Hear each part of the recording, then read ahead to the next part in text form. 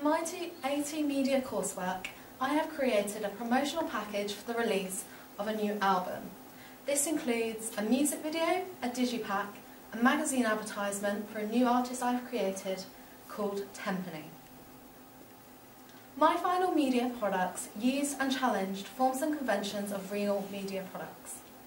My first task was to deconstruct existing music videos within the music industry to discover the generic conventions of different genres of music videos. To do this, I used YouTube. YouTube is a video sharing website established in 2005. I deconstructed 6 very different music videos from 6 different music genres to see how generic conventions which existed in all music videos, and also to see how conventions varied between music genres. The 6 genres I chose to deconstruct music videos from were pop, indie, rock, R&B, rap and hip-hop. The music video I chose to deconstruct for the pop music genre was Carly Rae Jepsen, Call Me Maybe. The reason I chose to deconstruct this music video was because of its popularity at the time I was deconstructing. From this deconstruction, I noticed some generic conventions within pop genre music videos. The clothing throughout was stylish, trendy and modern. This type of clothing is similar to what the target audience for the music video would wear. The idea of the artist wearing clothes which the target audience can identify with is a generic convention in music videos. There is a strong narrative throughout the video, which is another generic convention. The narrative in this video was a love story of the artist falling in love with a male neighbour, with a comedic ending of the male turning out to be homosexual. All the way through the music video, the shots were colourful and well lit, which is a generic convention applicable for the pop genre. For the indie genre, I deconstructed the music video Gautier, Somebody I Used to Know. The reason I chose to deconstruct this music video was because it was recently released at the time I was deconstructing, and it helped the artist Gautier become well known across several Western countries as well as his native Australia.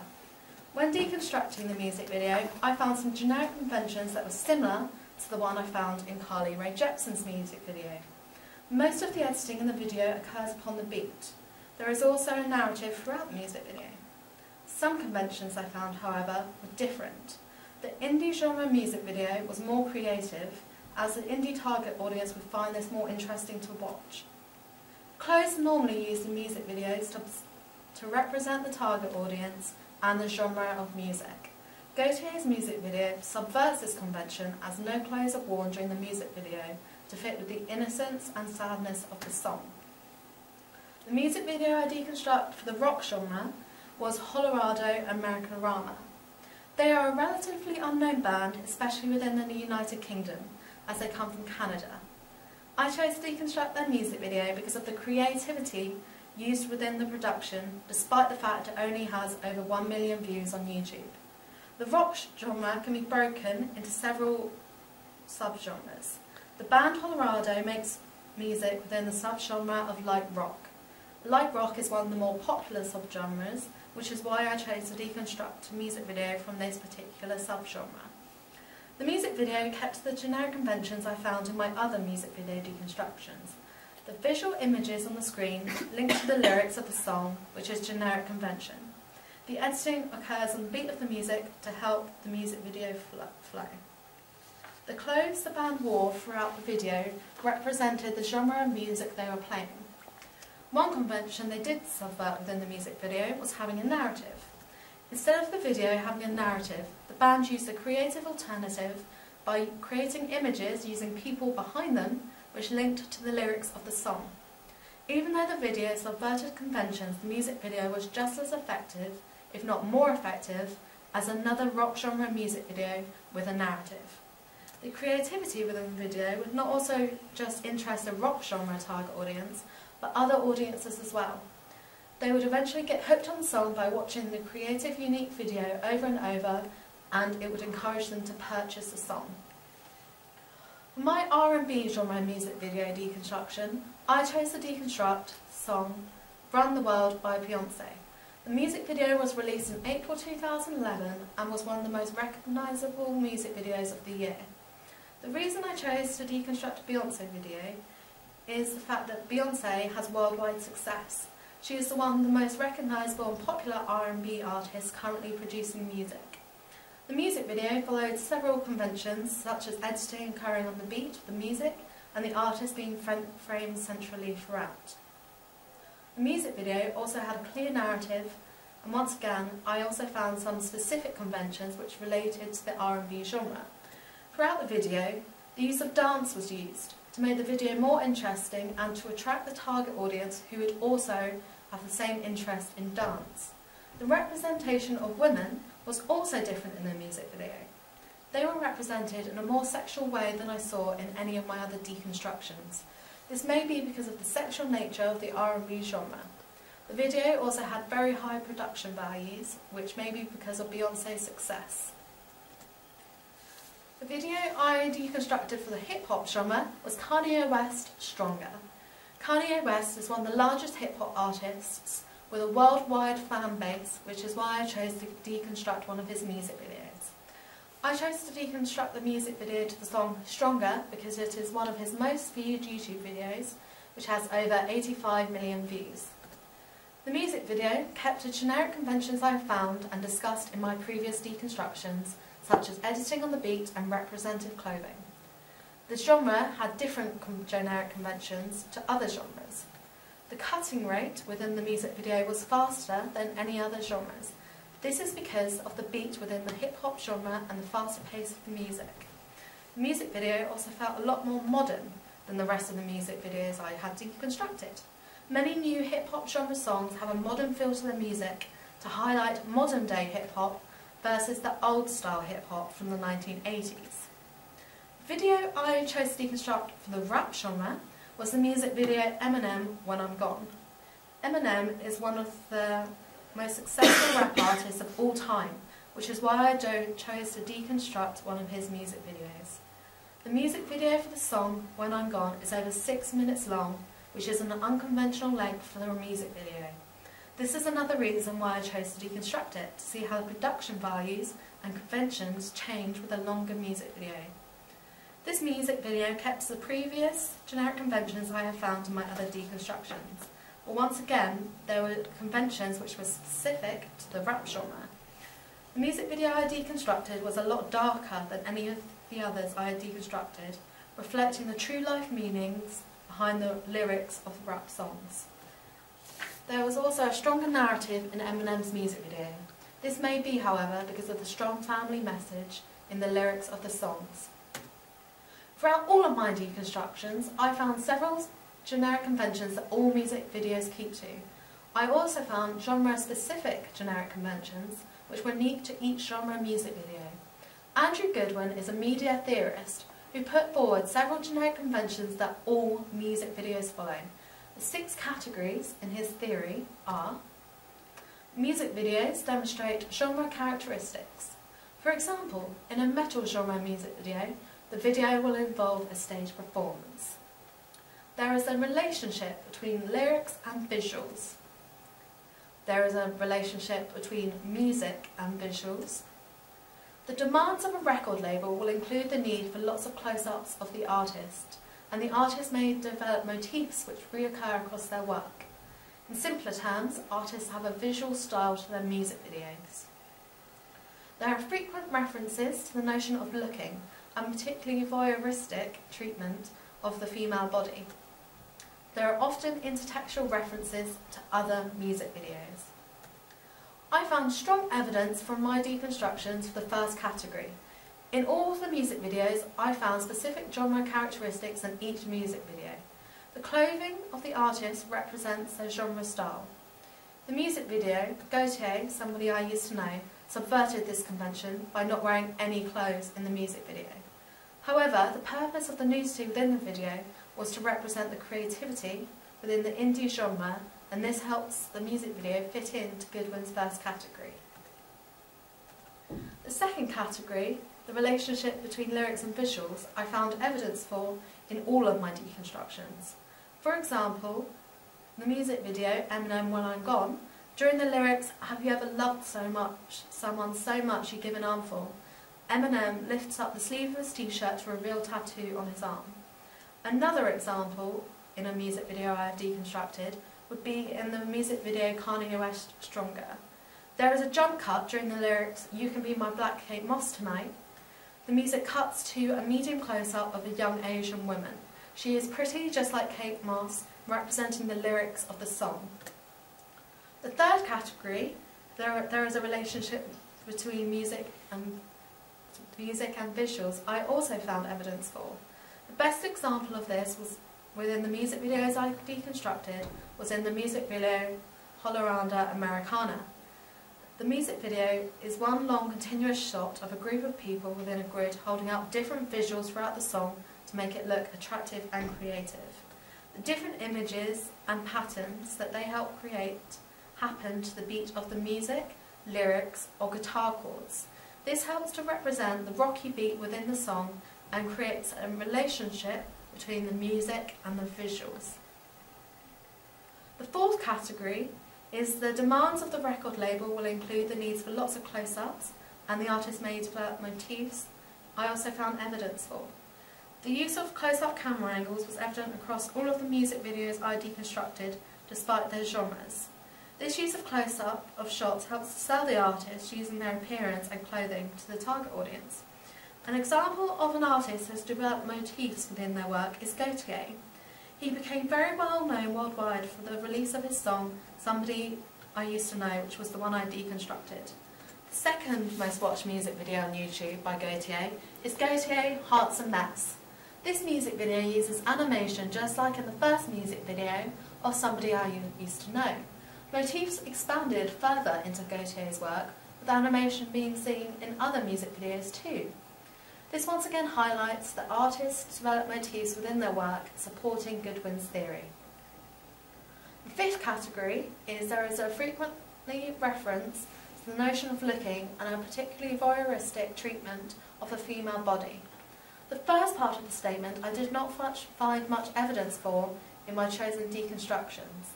However, the second part about voyeuristic treatment of the female body I did find some evidence for. The representation of women did vary from genre to genre. In the R&B genre music video I deconstructed, Beyoncé, Run the World, the women within the music video are dressed provocatively throughout. Generally, in the rap genre music video, women are represented in a similar way. However, in the rap genre music video I deconstructed, Eminem When I'm Gone, this wasn't the case and it subverted conventions. The reason for this is because although he was singing about a female, he was singing about his daughter. In other genres of music, voyeuristic treatment of women and men can be seen, but it also depends on the lyrics of the song.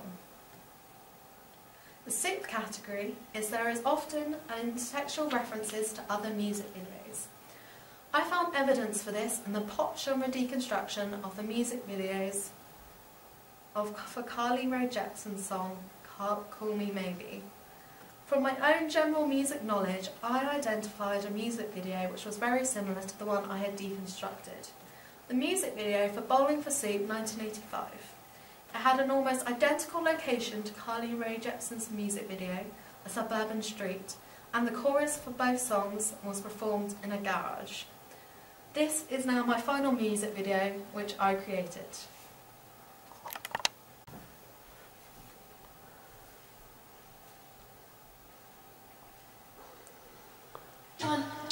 Open up the door before I answer your phone, but you don't do any of those things, do you? 5, 6 hours or more, 7, 8, when you fall to the floor, you're sliding down my ladder of priorities. I, and you, and it's getting glue. Now the water's coming in, we're sliding apart. I, and you, and it's getting glue. Now we're not sticking, we gonna dry. It was all suspicious on the edge, wondering what you were doing when the back of my head was showing, and your two faces were looking. When I ever come around, no, it's not the right way around, 'cause it was always my fault, wasn't it? Just I and you, and skin like glue. Now the water's coming in, we're sliding apart. And I and you, and skin like glue. Now we're not sticking, we gonna try. And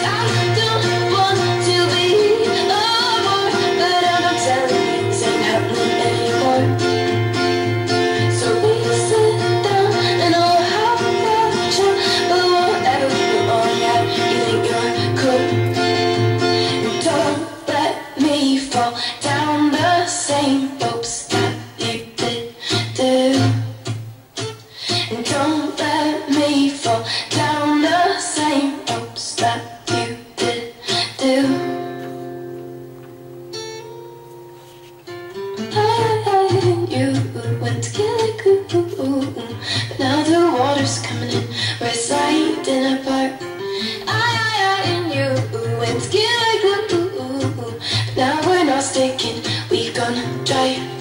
And I don't want to be the boy, but I'm telling you, this ain't happening anymore. So please sit down and I'll have a fair chat. But whatever you on, yeah, you think you're cool. You think you're cool.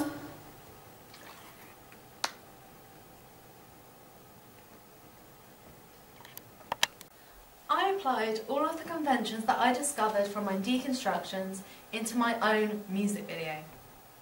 I used stop motion animation for the beginning of my video, using blocky multicoloured letters. The letters for the artist name Tempany and the song name Glue can be seen coming in from the sides of the screen to form the name of the artist and song, then drifting outwards of the shot during a crossfade to the first shot of my music video. This links to the genre characteristics of the indie genre. From my deconstructions and own knowledge, I know that the indie genre is very creative, like the stop motion animation technique. The clothing of my artists and other actors in my video also links to specific conventions in the indie genre. Throughout my music video, my artists wore all-star Converse shoes. These are popular within the indie genre with both artists and audience members. For example, the red all-star Converse, similar to the ones my artist wore, can also be seen in the indie genre music video for Lana Del Rey's song Born to Die. A relationship between lyrics and visuals can be seen throughout my music video. Near the beginning of the song, door numbers are shown to link to the song lyrics. When the lyrics 1 and 2 are sung, door numbers of 1 and 2 can be seen on the screen. This happens once again for the lyrics 3 and 4. For the lyrics 5 and 6, the end of a phone number is being typed in with the last 2 digits being 5 and 6 to represent the lyrics. For the first chorus of my song, my artist has several hand movements which create the lyrics of the song. Some of the hand movements are symbolic. For the lyrics stick together like glue, my artist's hands stick together before separating to reveal the lyrics. These hand movements, repeated once again later in the music video, show the relationship between lyrics and visuals throughout. In my music video, there is a relationship between the music and the visuals. Throughout the video, most of the editing occurs on the beat of the music. This was to help the music video flow. An example of this in my music video can be seen near the end of the video. An extreme close-up of red lips can be seen flying across the screen. During this part of the song, the beat is sped up. The red lyrics fly between each quarter of the screen in quick cuts and transitions to represent the faster beat. The label which I have decided would be most appropriate for my artist is Universal Music Group.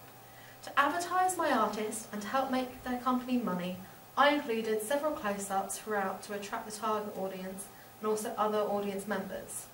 These close-ups would show off my artist and help her to become an aspiring figure to audiences. There is currently a lack of motifs within my artist's work. This is because the promotional package I have created for my artist is for a debut album. However, if my artist was to continue making more albums and more music videos after her debut album, motifs would develop within the work. My music video is of the indie genre. From my deconstructions that I found from the 5th category of Goodwin's theory, there are frequent references to the notion of looking and particularly voyeuristic treatment of the female body. It's only found in certain genres such as the R&B genre. It is not commonly found within the indie genre, so I did not represent my female artist in a sexual way at any point throughout the music video. I represented my artist as fashionable and fun, but not dangerous or provocative.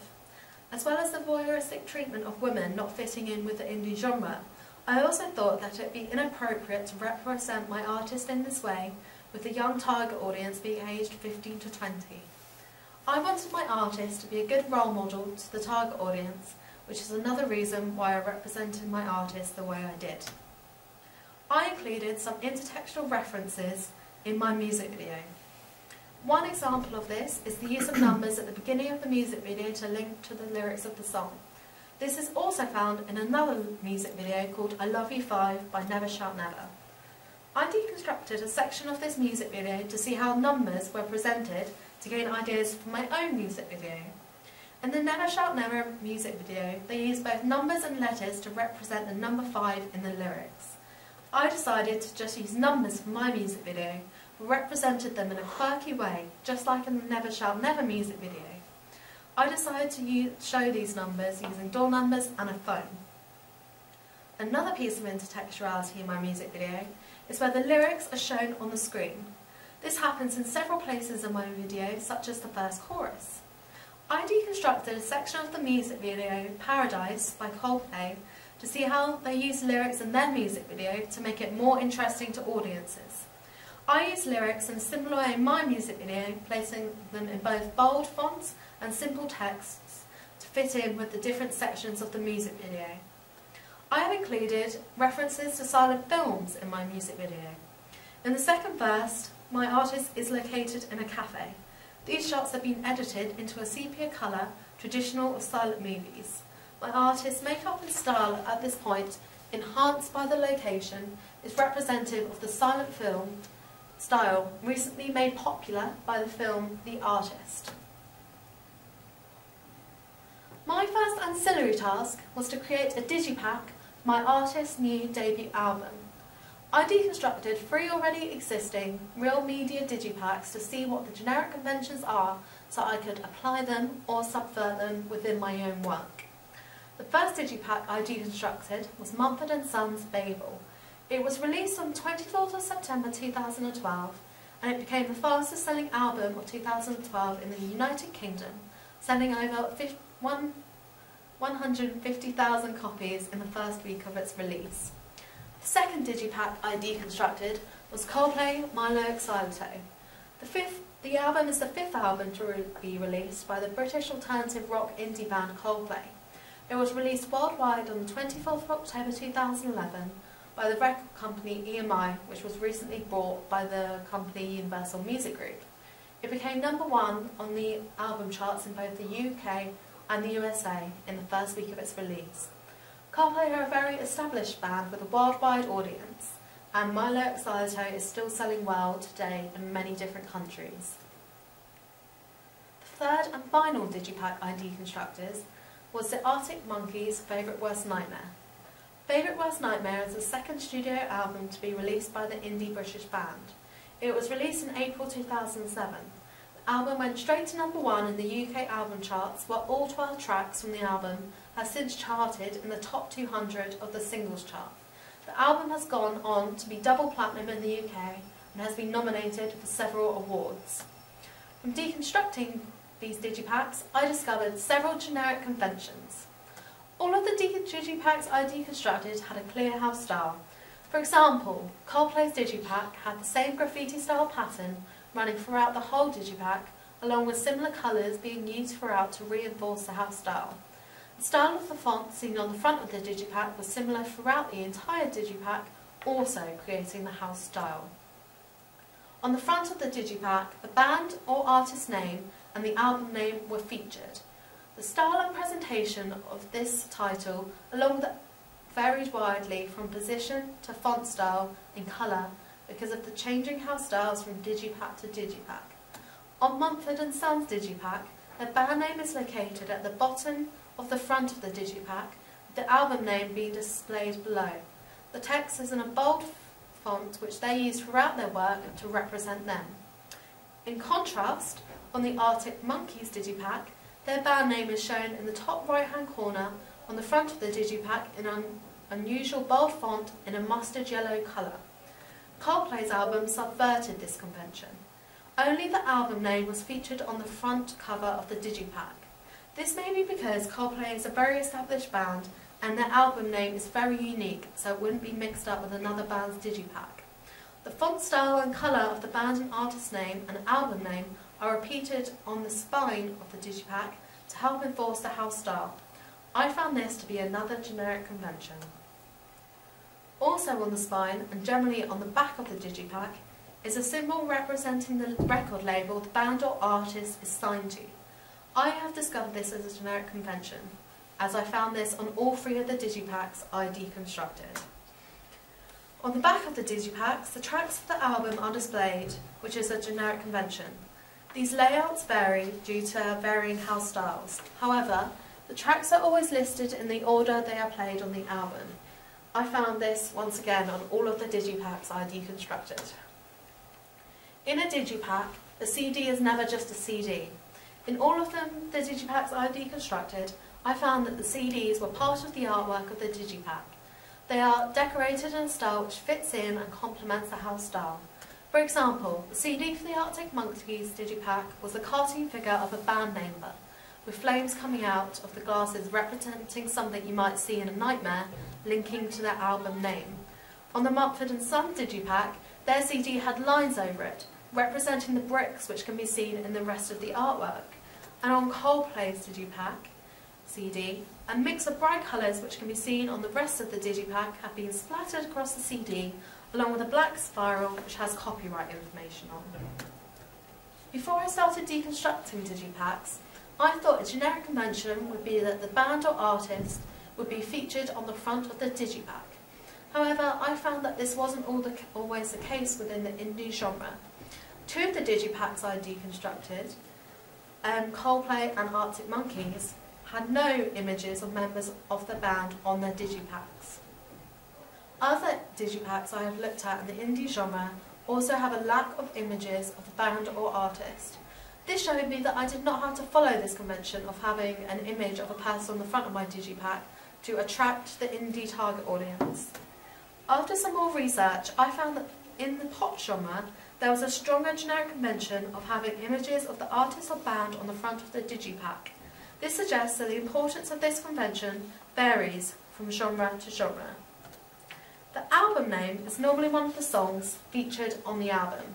For example, the Mumford & Sons digipack I deconstructed, Babel was the first track on the album. This suggested to me that my album name should be one of the songs on my album to keep to generic conventions. I wanted to see if the house style of the digipack could be seen in the music videos for the song on the album. For the first digipack I deconstructed, Mumford & Sons, at the time of deconstructing their digipack, only one music video had been released for the album. This was for the song I Will Wait. In this music video, I did not see any reference to the house style of their digipack. However, in my deconstructions of Coldplay's work, I found evidence for their digipack design in several of their music videos. To complete my digipack research, I looked at different styles of digipack. Digipacks come in all shapes and sizes. Some are simple and simply fold out, while others fold into several sections and into a large square. I also looked at some more unique special editions of digipacks. For example, I found one digipack which appeared to be an old-style CD player. The generic conventions I found from my research I applied to my own work. I created a strong house style for my digipack. I created this using similar colours throughout my work. The main colour was red and was used throughout on the red ribbon on both the front of the digipack and the inside. The red colour was also used for the artist's name and album name. The font used throughout my digipack was stylised and curly. It reflected old calligraphy writing. I chose to use this style of font to help, as it seemed like it was flowing like the pieces of ribbon that I featured on my digipack artwork.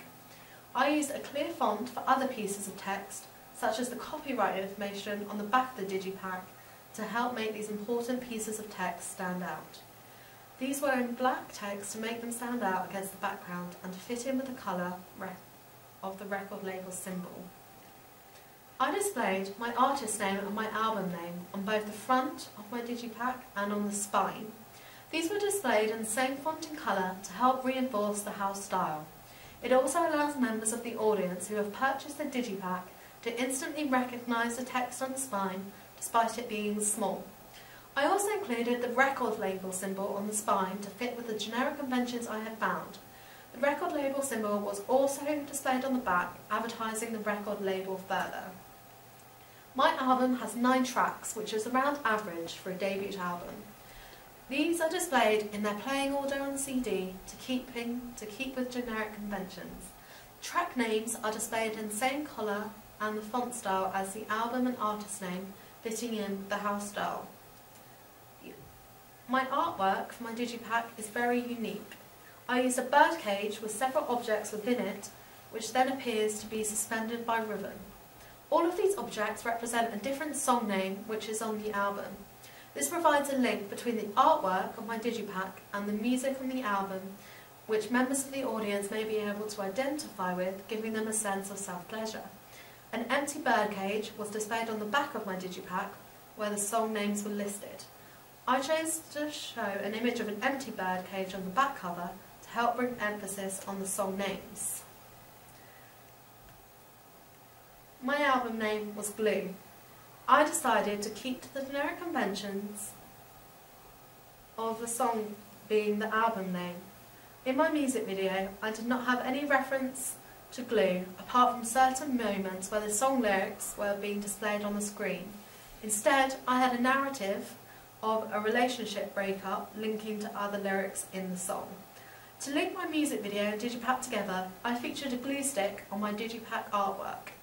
Future music videos for other songs on the album would have a stronger reference to the digipack, with one featuring the ribbon, as this is a predominant feature in my digipack artwork. I chose to have a simple digipack design. I chose to pick this template because it was my artist's debut album, so therefore not much money would have been available to produce a digipack for my artist. I chose to make a special edition digipack for my artist, which members of my target audience could buy and collect. I was inspired to make a special edition from deconstructing different digipack templates. I decided to have a sepia cover which wrapped around my digipack like a present for my audience members to open. This was sealed with red ribbon linking to the artwork of the digipack. The second ancillary task of my coursework was to create a magazine advertisement for the release of my artist album and digipack.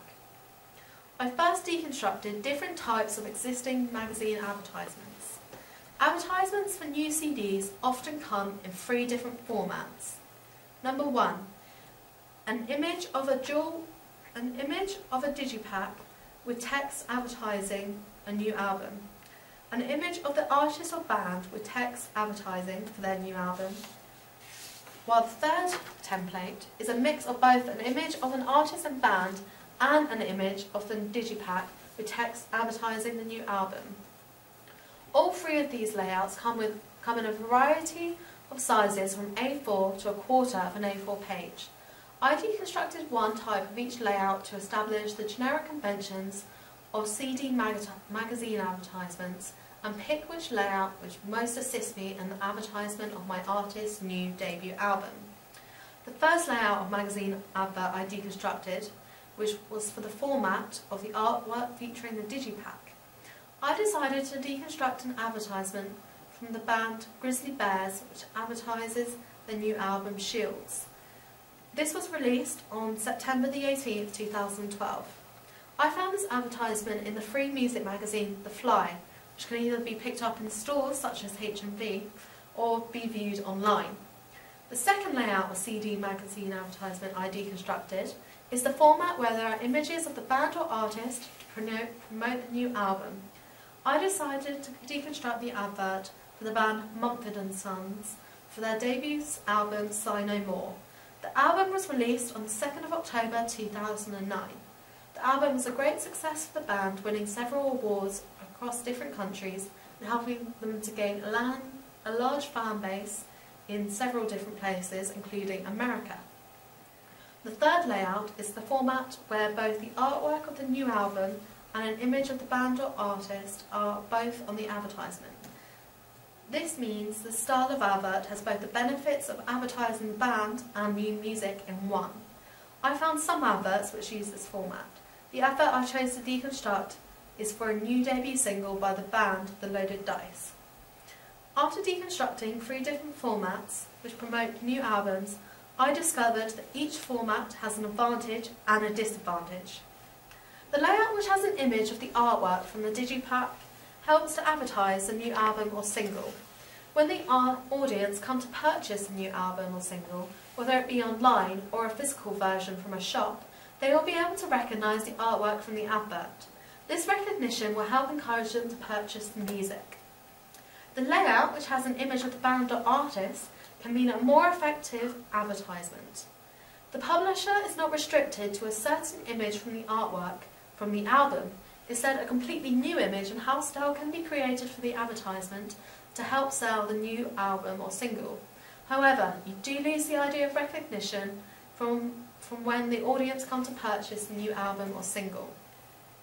The layout with both elements, an image of the artwork from the digipack and an image of the artist and band, has the benefits of both the layouts that I have discussed previously.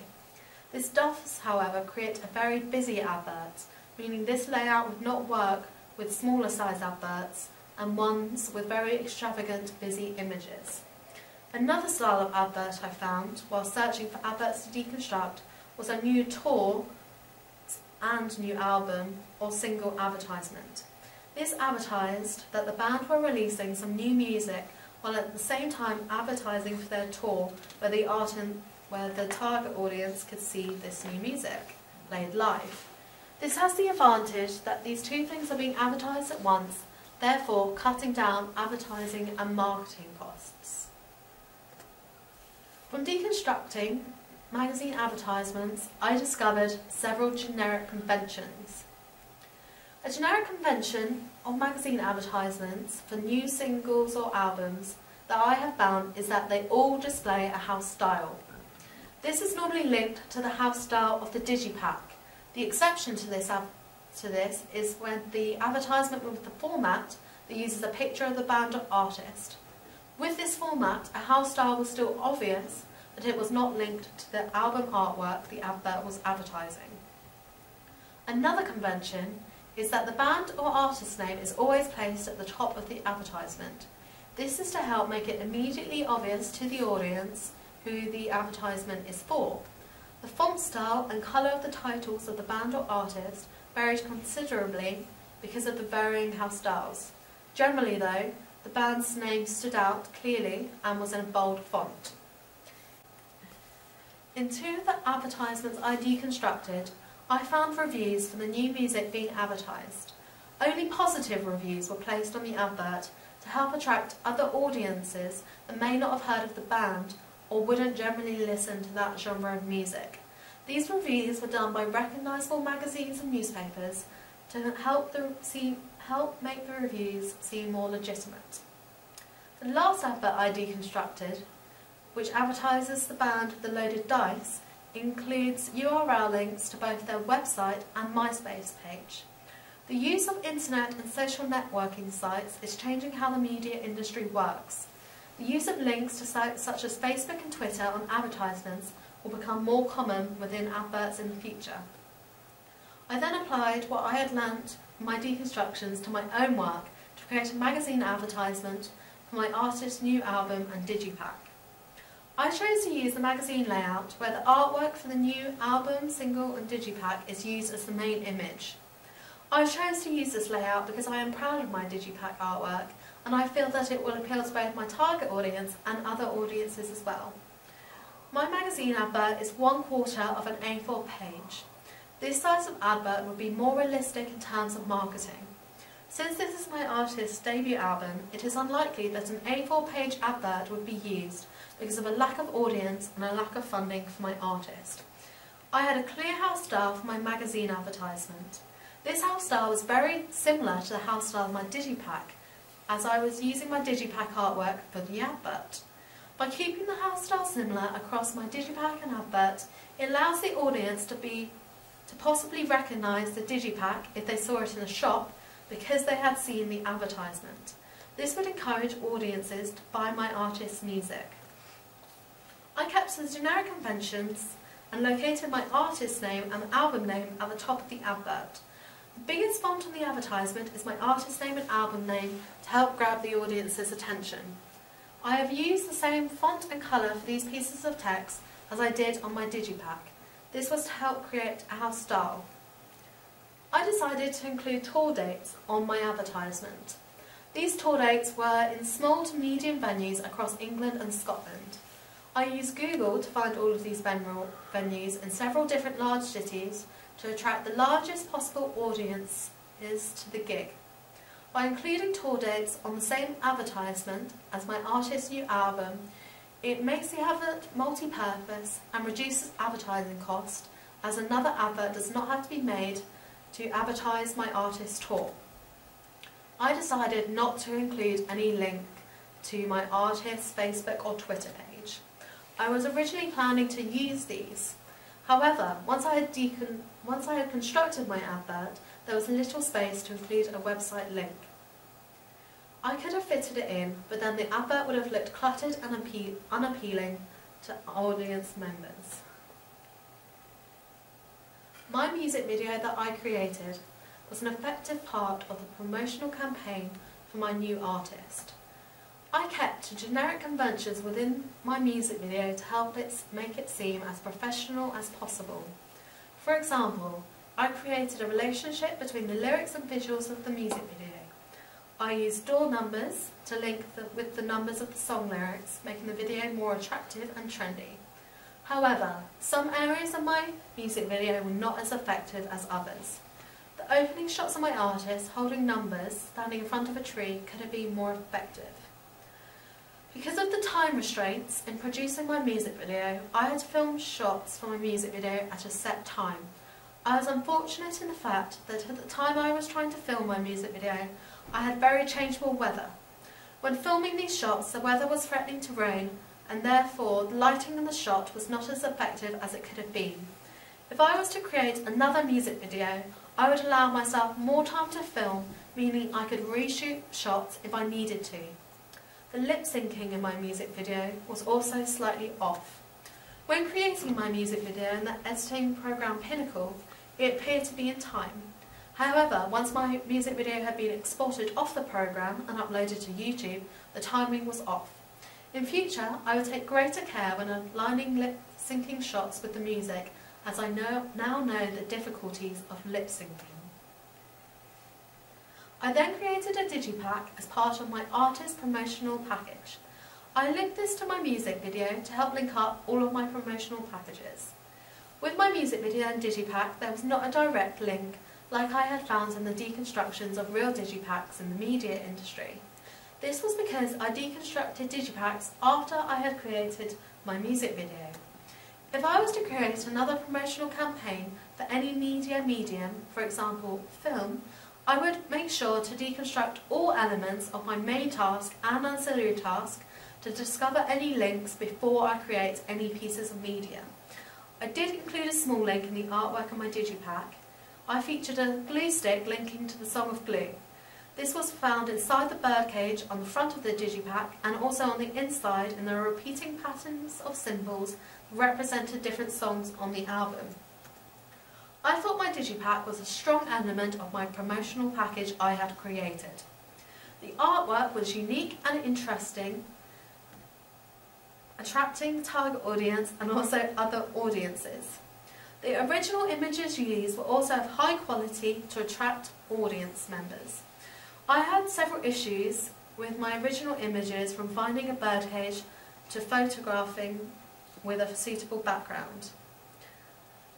The several experiments I had taking my original images took up a large amount of time, but did eventually create effective images which I could use.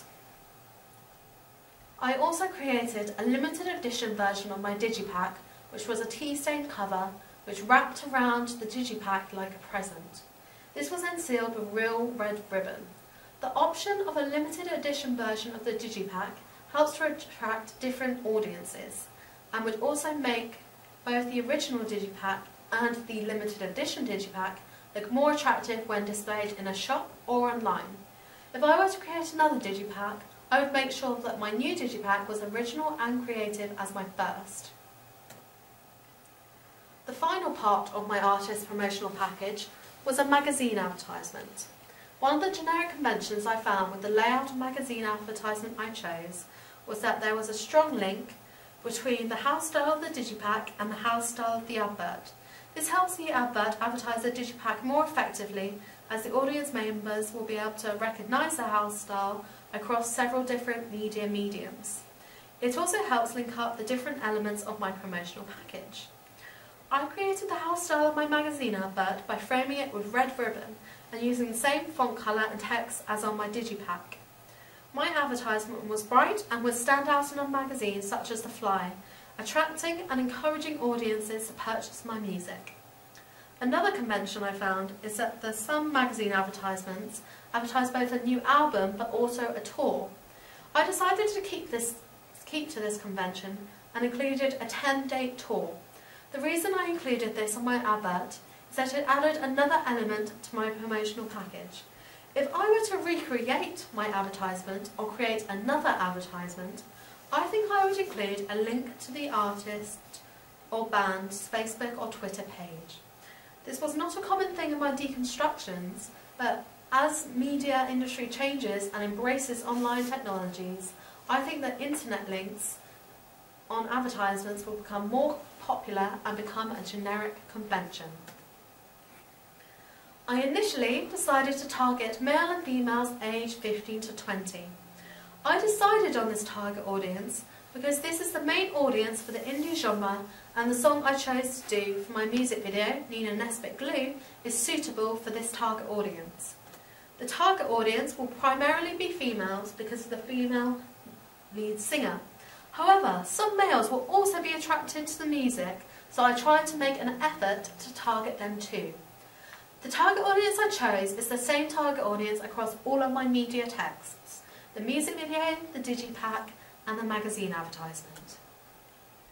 As well as my target audience, other audiences would exist for my media products.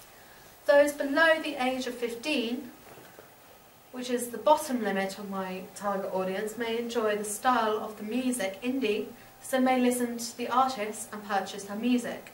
Those above the age of 20 may also enjoy the music, as they once belonged to the target audience, and their like for the style of music has continued as they've grown out of the target audience age. I investigated my target audience's wants and expectations from music videos, digipacks, and magazine advertisements. I did this by creating 2 questionnaires which were given out to people within my core target audience and also those outside my target audience. The first questionnaire was based upon how people view music videos, listen to music, and purchase music. The second questionnaire was more focused on the audience's expectations of an indie genre music video and people's viewing habits of music videos.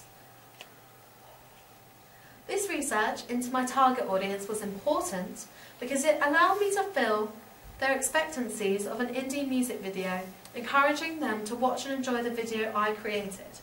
It also allowed me to see their preferences on digipacks and magazine advertisements.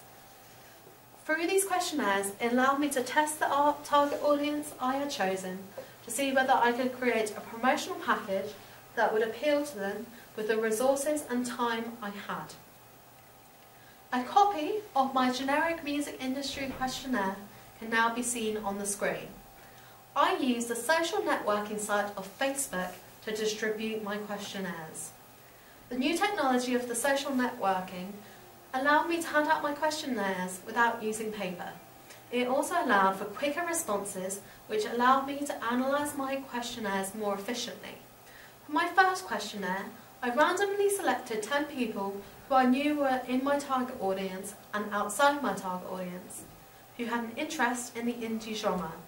I made sure they had an interest in the indie genre so I could receive the most useful feedback. I then analysed the feedback I received. 90% of people who completed my questionnaire said they viewed music videos on the internet. Due to the young nature of my target audience, they have all grown up with technology and use it every day. Because of this majority result doesn't surprise me and is what I was expecting from my target audience. The answers for this question varied widely from several times a week to rarely. The majority responded, however, that they bought music at least once a month. 70% responded that they illegally downloaded music. Illegal downloading possesses a real problem within the music industry, as artists lose out on a large amount of money along with the recording companies and distribution companies. The large amount of legal downloading within my target audience range also possesses a problem to me and my new artist if the music was to be officially released. The other 30% did purchase their music legally, with 10% using iTunes and 10% using another legal online downloading site and 10% purchasing music in shops. This symbolises how downloading music online from stores such as iTunes has replaced original shop album and single sales in the modern day due to advances in technology. I thought this was an interesting question to ask, as it would tell me how much my target audience value the design of an album. On download stores such as iTunes, you can download the booklet that comes with the album. However, as it is a digital version, it is not the same thing as a paper copy. 60% answered this question with yes, with 20% saying no and 20% saying I don't know. This suggests that one way I could try and combat the issue of illegal downloading is to create an attractive digipack and booklet to encourage the target audience to purchase their music in a shop legally. Only 40% of my target audience that completed a questionnaire responded that they did buy music magazines. This is a figure lower than I was expecting because of this, but maybe because of my sample. However, those who responded yes, that they buy a magazine once or a few times a month,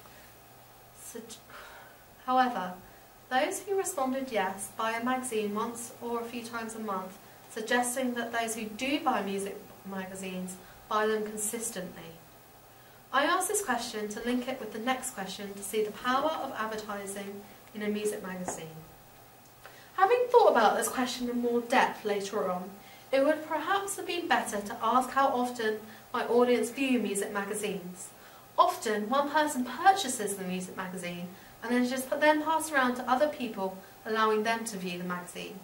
This question might become more appropriate as magazines are increasingly being published and brought on online devices.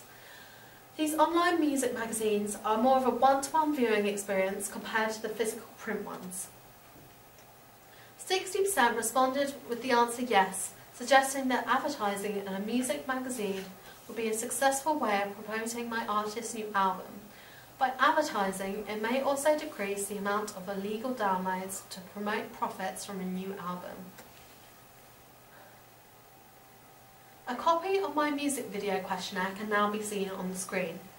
I produced this questionnaire to find out more specific feedback on what my target audience expects in a music video. I distributed these questionnaires in the same way as before by randomly selecting 10 people who I knew had an interest in the indie genre and distributing them via Facebook. 100% of my target audience replied to this question with yes, keeping to my expectations of their viewing habits. 100% of my target audience viewed music videos at least monthly. This means that it could be an effective advertising tool to sell my music, as music videos are commonly viewed by my target audience. 60% said they viewed music videos more than once a week, which backs up this idea further. How do you view music videos? 90% said they use the internet to view music videos, with 10% saying they use TV to view music videos. This keeps to my expectations. The generation of my target audience have grown up in, with the technological revolution of the internet, means that they are more commonly, the generation my target audience are in means they have grown up with the technological revolution of the internet. Video sharing sites such as Via and YouTube now allow everybody to view music videos, not only on computers but also on other electronic devices such as mobile phones, TVs and tablets. Out of this 90%, 70% of them said they had used YouTube as a preferred video sharing website to view music videos. This shows the dominance of YouTube as an online website in the modern day. This information was useful to me as it showed my music video would be better placed online than on a TV music channel in the modern day to optimise the amount of people in my target audience viewing the video. Surprisingly, only 10% of people filling out my questionnaire had brought a music video. I thought this figure would be higher than this, but the purchasing of music videos throughout downloadable stores such as iTunes is still a relatively new innovation, so it may not have caught on yet. 30% said that they would consider buying a music video in the future. This suggests that there is some money to be made through music videos, but generally videos are more seen as an advertising tool for music. 100% of my target audience responded to this question with the answer yes. This is within keeping of my expectations, as it was one of the generic conventions of music videos that Goodwin's theory states. This confirmed my ideas that my music video needed a narrative running throughout it to keep my target audience interested in my music video and the song it was trying to advertise. Ever since taking part in the animation workshop back in June, I considered the idea of using stop-motion animation in my music videos to make it more creative and unique. 60% of my audience responded to this question with the answer yes. This made me more certain about putting animation on my music video, as I knew the majority of my target audience would like it. However, only parts of my music video would feature animation to please the full 100% of my target audience, not just the 60% who answered this question yes. Another form of feedback I received was through YouTube and social networking sites. I uploaded my completed music video onto YouTube, where it could be accessed and seen by both my target audience and other audiences. This feedback gave both positive and negative responses. Most of the feedback was positive. There were positive comments about the range of camera angles used and the lighting in most shots. One of the major criticisms, however, was the lip syncing. Lip syncing is incredibly difficult to get in time. On the editing program Pinnacle, it appears that the lip syncing is timed. However, it can shift very easily, and as you export it onto another program, it is easier to see on another program that lip syncing can be out. My experience with lip syncing has opened my eyes to how editors must continually change the editing of a music video to get it absolutely precise before it is released to the general public. I also received 4 pieces of feedback from my media class. This provided some specific media-related feedback on how my promotional package fitted in with real media products, elements that were good and areas that could be improved. The first piece of feedback thought that my music video fitted in with real media products, as the lip syncing was featured and there was a strong narrative throughout the video. The strengths of my video were the editing and the transitions, and the illustration of lyrics was also a strength that was highlighted. The lip syncing, being slightly out of sync, was the only negative feedback. This is an issue I have already highlighted and would resolve if my promotional package was to be produced in the media industry. According to the feedback on my digipack, my product was realistic, as it fitted in with all the generic conventions. The strengths were its aesthetics and the fact that it was appealing to look at and was suitable for my target audience. There was also a clear house style. To improve, a link between the digipack and the video was needed. I once again have personally highlighted this as a weakness, and if my promotional package was to be released, another single on the album would have a music video produced to it, and this would show a clearer link between my digipack artwork and my music video. The piece of feedback found that my magazine advert linked to real media products because of the information displayed on it, such as dates and tour information. The strengths include a strong link to the digipack, while the weaknesses, once again, was the lack of link to music video. The second piece of feedback said that all of my pieces linked to real media products because of the range of colours used, which matches the indie genre generic conventions. The animation used within the music video was also picked up upon, which is commonly used within music videos within the indie genre, helping my work relate to real music videos. Strengths within my production work that were picked out were the narrative within my music video, which related to the themes of the song. There was also a strong link between the ancillary tasks. Weaknesses that were picked out were the issue with lip syncing and the lack of link between my music video and ancillary tasks. The third piece of feedback stated that all of my media products contain images that relate to the song and connotations of the genre.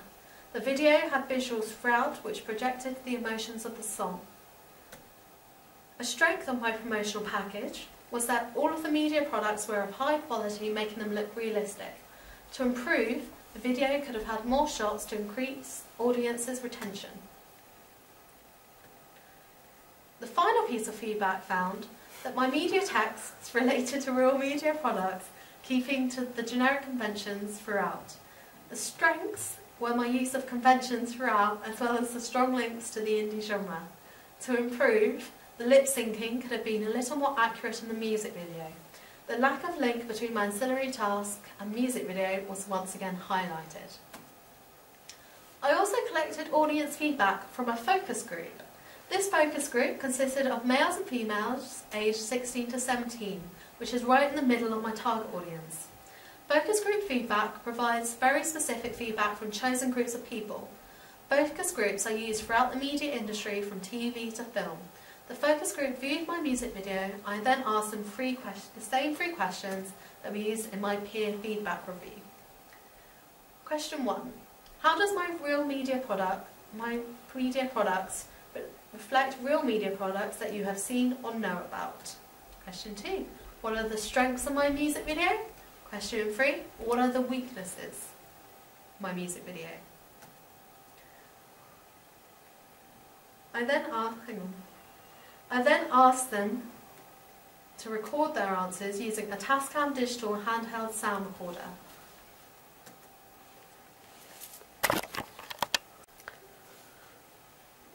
First question.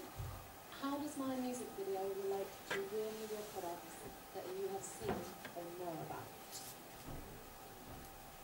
It tells a story which kind of happens in other music videos as well.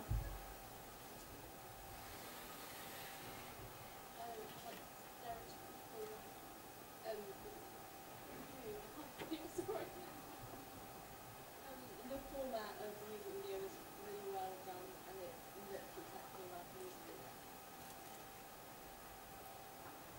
Okay. And what are the strengths of my music video? One of the strengths was that you used the editing really well, so I really liked the lips part, and that was quite good having the extreme close-ups and good. I've seen that in other music videos. Yeah, I was going to say like the same sort of thing, that the colours, especially when the lips were on and when it moved, I thought it was really, really good. I really enjoyed that bit. I thought the editing was amazing.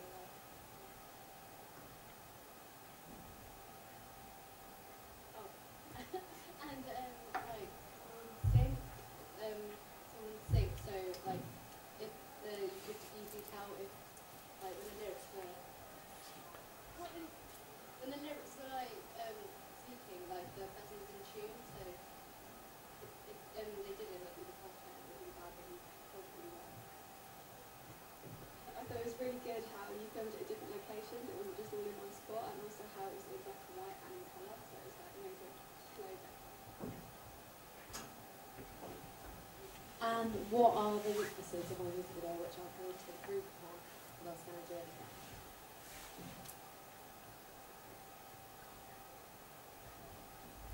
The transactions could have been a little bit more fluid, maybe just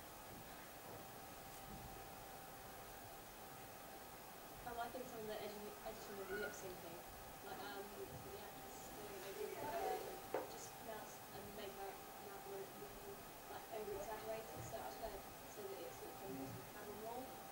Yeah, just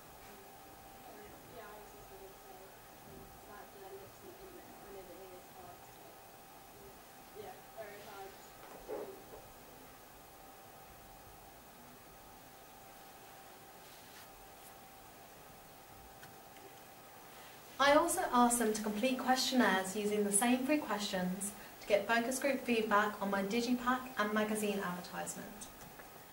For my digipack, focus group thought that it related to real media products because of the colours and layout. They thought the layout was representative of real digipacks they had seen. The colours made it bright and unique, helping to show the difference between each digipack. They also thought that the cover artwork was representative of the genre. They thought the strengths of my digipack were the limited edition package. They found the idea of having real ribbons sealing the digipack was creative and linked well to the artwork. Another strength was that it was very eye-catching and would grab their attention, and also would encourage them to buy it if they saw it for sale. Many of the focus group struggled to find any weaknesses with my digipack.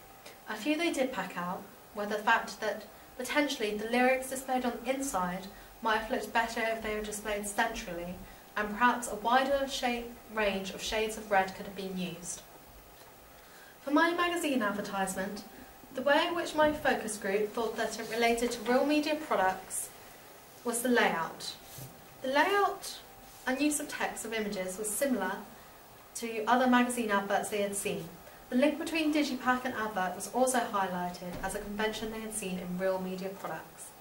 The strengths were the original images with the ribbon as a border creating an eye-catching advert.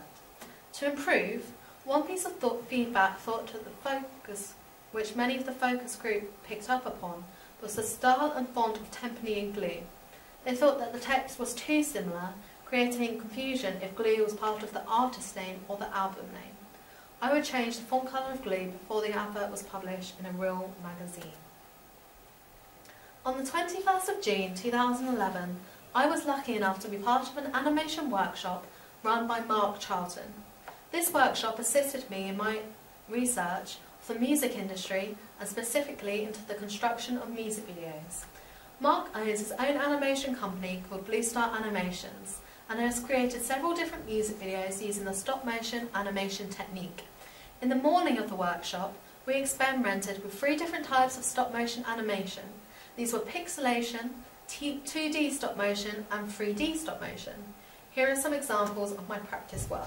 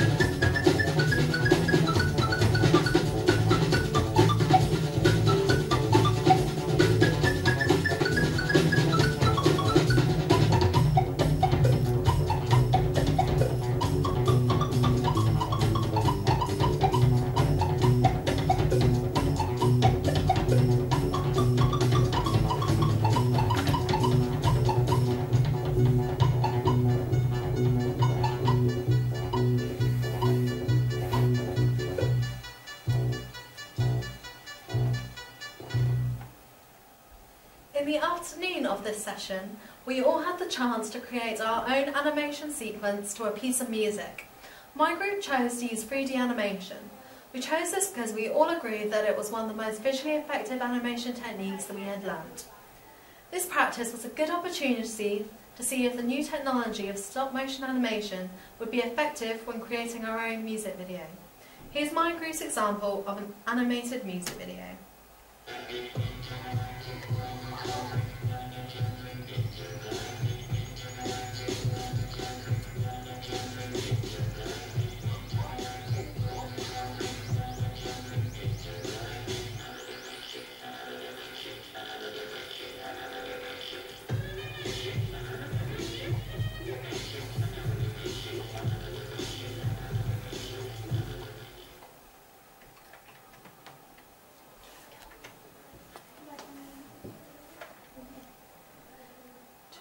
After finding out in my target audience research that they would like some stop-motion animation in my music video, I decided to create the opening sequence of my music video using this technique.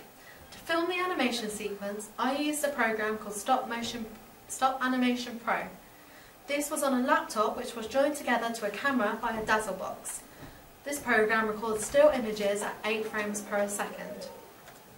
From using stop-motion animation, I discovered a new technique in creating videos or films which is widely used among the media industry.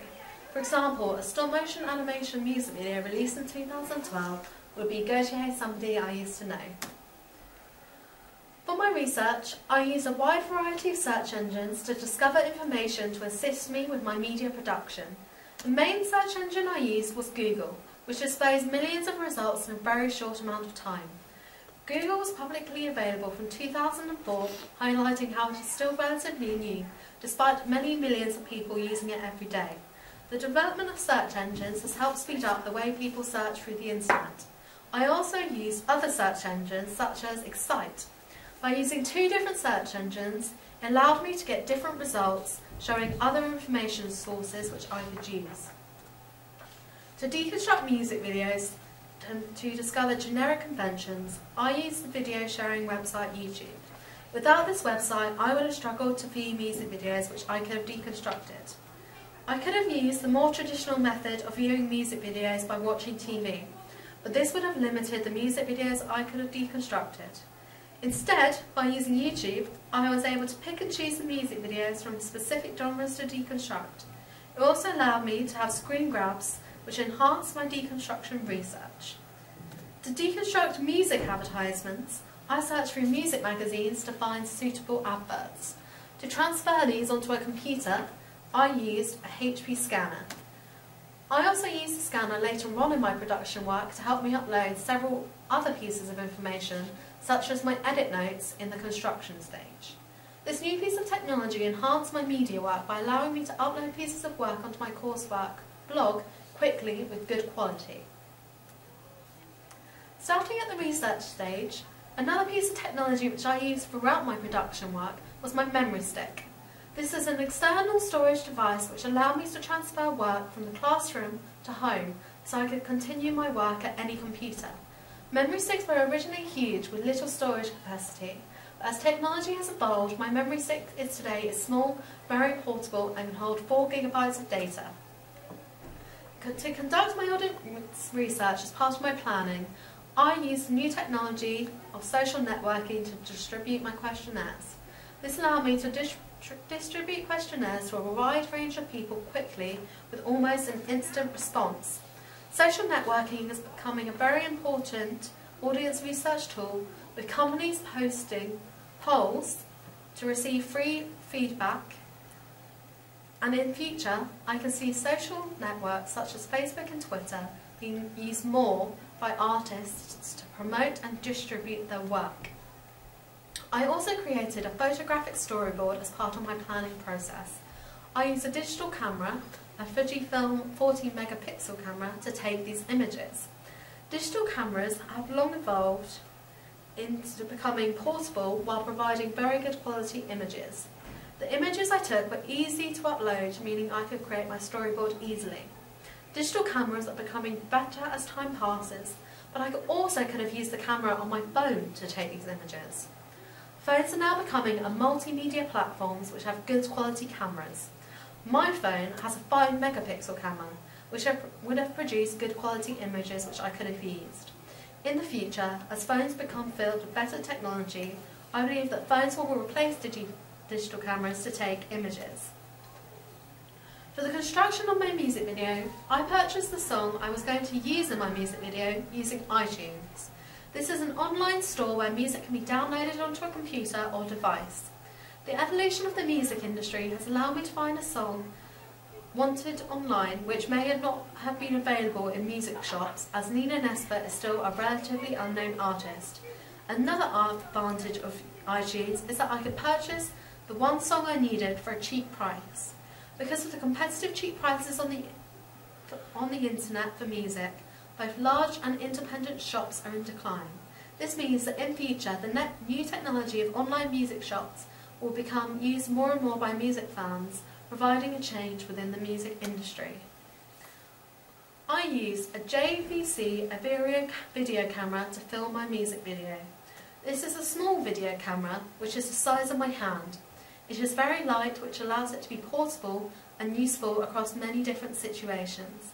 Part of the screen was also a touchscreen, which allowed me for easy use of the camera.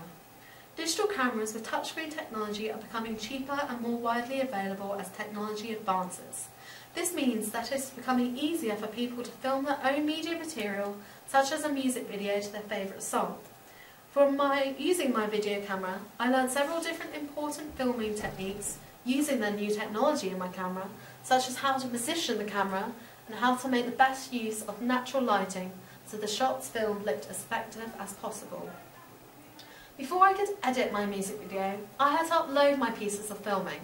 To do this, I used a memory card reader. This is a small device which allows different size memory cards to be inserted, which then reads all the information and transfers the information onto a computer. Previously, uploading video clips took a long time as the data was stored on a tape. This device allowed me to transfer data onto a computer quickly, making my timekeeping more efficient. This device also assisted me at other stages in the construction process, allowing me to upload photos from my digital camera onto a computer. I used the program Pinnacle Studios Plus to edit my music video. A short clip of the section of my music video being edited can now be seen on the screen. On this program, I could select the best shots I had filmed and place them in time with my music track. The program also allowed me to edit the colour of the shots, as well as adding transitions to make my music video look more like a real media product.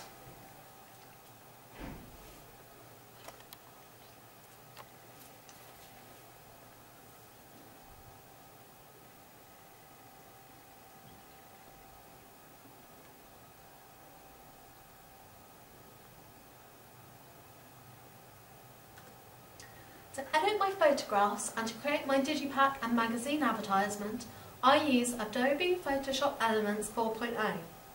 In the past, to create an advertisement for my media coursework, it would have been constructed using paper. Photoshop allowed me to manipulate my images to create a unique artwork and house style for both my digipack and advertisement.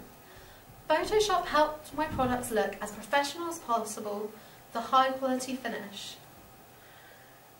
I use Photoshop to manipulate my images, but I could have also easily achieved some of the same effects using one of the many online photo editing sites. These free sites are allowing more people to edit photos, making it easier for media products to be created. For my evaluation, I am using the program Prezi. This is an online program which is free of charge to students and allows interesting presentations to be created. Before discovering this new technology, I have used PowerPoint to create my presentation. PowerPoint is still an effective presentation tool, but Prezi is more visually effective and quicker to create. Multimedia, such as videos, can be imported into Prezi, with the added attraction that these can be framed in unique ways. Prezi is still developing as a technology. Since I last experimented with the program, features have been added, such as the ability to animate frames. Prezi has taught me techniques to create a visually interesting presentation which I will continue to use in the future.